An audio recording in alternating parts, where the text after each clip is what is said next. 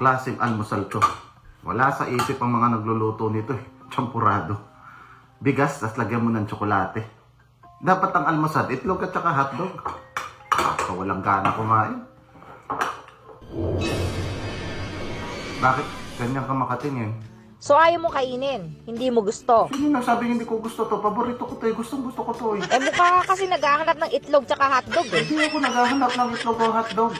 Mataas lang sa cholesterol tsaka sodium ng process yan. Process food eh. May CKD ako. Hindi pwede sa akin yun. O hayaan mo, araw-araw kita pakakainin ng mga gano'n na matigok ka na. Hindi ako nagreklamo. Kung gusto mo lahat ng lutong ulam na ginagawa mo, lagyan mo ng tsokolate.